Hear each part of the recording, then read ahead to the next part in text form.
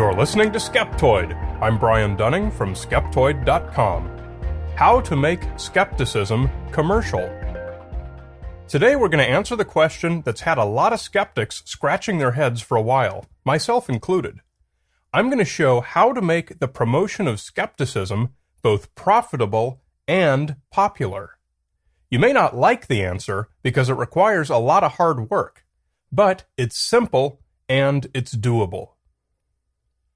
There are many of us who spend quite a lot of time trying to think of ways to make the promotion of critical thinking profitable. The people who sell bad and even harmful information make lots of money because they're selling easy answers. But try to sell good information that will actually improve people's lives, and nobody will buy it. Skepticism is the opposite of what people want to buy. It's the opposite of what characterizes an attractive product. We're not selling magically easy answers to real problems, and so nobody wants to listen to what we have to say.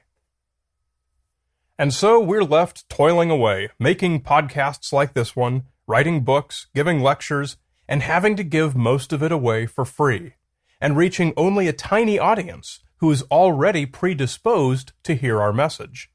It's clear that what we've been selling so far has not been successful in the marketplace.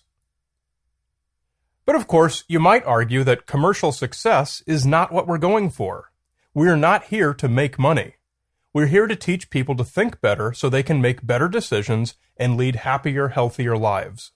It's a public service, not a money-making scheme.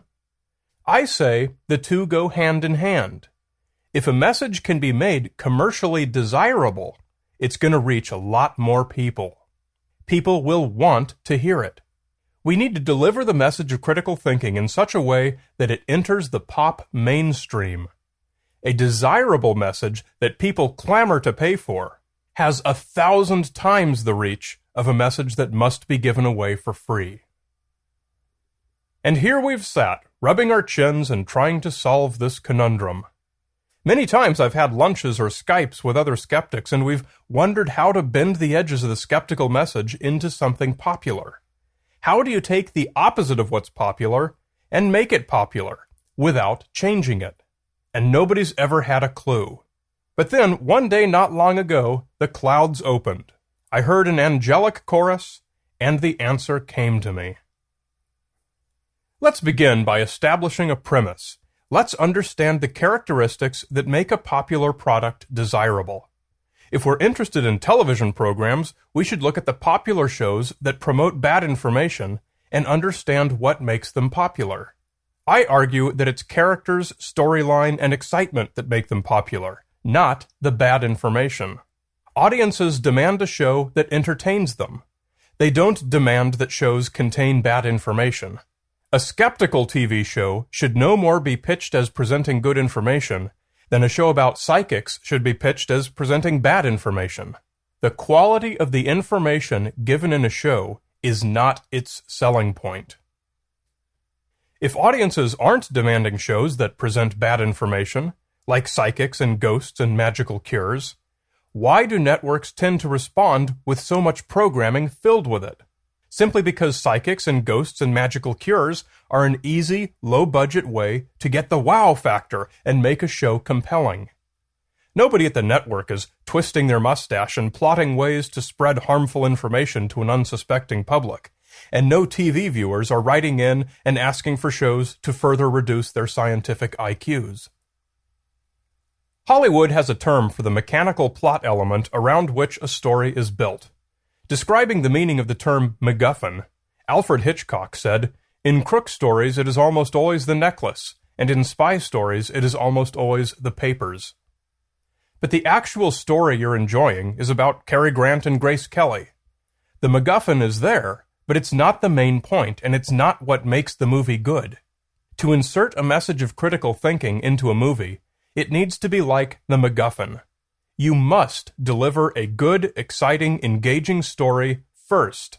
And within that story, you can weave the importance of critical thinking. But if you set out to make a movie about critical thinking, you set yourself up for failure. If you're talking about news outlets that badly distort stories in order to add zing and make headlines like, "Scientists baffled by image of Jesus in tree stump," the cause is exactly the same. The newspaper's motivation is not to promote bad information. It's to entertain and sell papers. Promotion of bad information is simply one easy way to do that. The editors aren't deliberately trying to ensure that the information is wrong, any more than the readers are demanding that they get more stories wrong. Look at bad information in business, like a multi-level marketing scheme built around some health product. The products are usually overpriced and worthless, and the business models can only succeed for the people at the top selling the product, never for the distributors required to buy the product. To get good salespeople, you have to pay for them. That's expensive, and good people are hard to find. It's an easy, seductive alternative to simply deceive people into thinking they'll become millionaires if they buy your product at the special distributor price and pass their savings along to their friends. So we have people promoting bad information in entertainment, news, business, and other walks of life, simply because the supernatural, the miraculous, and the too good to be true is an easy way to generate interest. When your job is to generate interest, you stick with what works. The inevitable result is that the population is continuously reinforced with a pattern of thinking founded upon faulty beliefs, and that leads to decision-making based on wrong information. For any product of any type to deliberately promote bad information as a lazy shortcut to make it interesting is exactly like promoting high-nicotine cigarettes as an easy way to get a cheap high. It's lazy, and it's ultimately harmful. Every one of those TV documentaries, news programs, supermarket supplements, and business models could be made just as interesting, as attractive, and profitable if they put in the extra work and founded their product upon sound information. People often ask if we should blame the producers who make the bad documentaries or the audience who demands them. I have to lay the blame entirely upon the content decision makers. The audience is demanding only to be entertained. It's the decision makers who are choosing to do that through the promotion of misinformation. I also blame the supplement makers. Customers ask only to be healthy. It's the supplement makers who choose to deceive customers with a worthless product that claims to confer super health. Neither the documentary audience nor the supplement customers want their product to be based on information known to be wrong. So when we, the promoters of critical thinking and sound evidence, ask the question, how do we make it profitable to sell good information? There is no magic formula. There is no paradigm shift waiting to be discovered in some late-night beer-fueled epiphany. I will not sell you an easy answer. The solution is to work harder than the people who shortcut. If you are making a TV documentary, go the extra mile and blend correct information with dramatic storytelling. Do not take the easy way out and suggest that ghosts might be the answer. If you are writing a newspaper article, go the extra mile and find what's really exciting about the actual facts. Don't cheat with a misleading headline or go for some lame human interest angle that focuses on someone's incorrect beliefs. If you are looking for a product to sell, work hard and invent a truly good product. Don't shortcut and sell a worthless health supplement or some imported plastic crap that you can lie about in an infomercial. Go the extra mile to design a distribution model based on sound principles and hard work, rather than taking the easy way out and planning to deceive people into believing they'll become millionaires joining your multi-level marketing network. Oprah Winfrey and Kevin Trudeau have become multimillionaires because they grab every piece of low-hanging fruit. Oprah finds it easy to get ratings by promoting everything that's interesting without putting it through the reality filter. Kevin Trudeau finds it easy to sell books by playing on people's most obvious desires, to achieve super health and super wealth effortlessly. I argue that it is possible to be as successful as Oprah and Trudeau by promoting good information that actually helps people, but you would have to work 10 times or 100 times as hard as they do.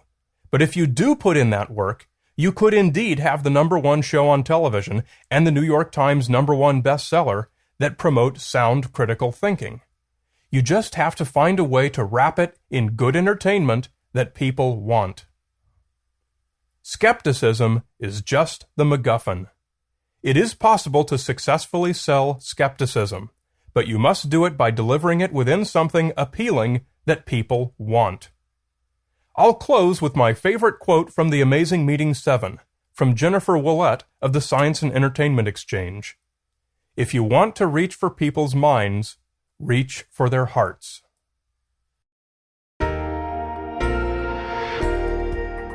Don't forget, Skeptoid is licensed for use in the classroom and is encouraged.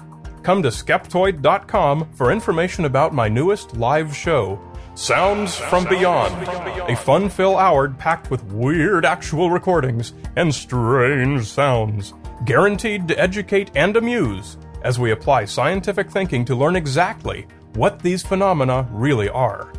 Come to Skeptoid.com and click on Live Shows. You're listening to Skeptoid. I'm Brian Dunning from Skeptoid.com.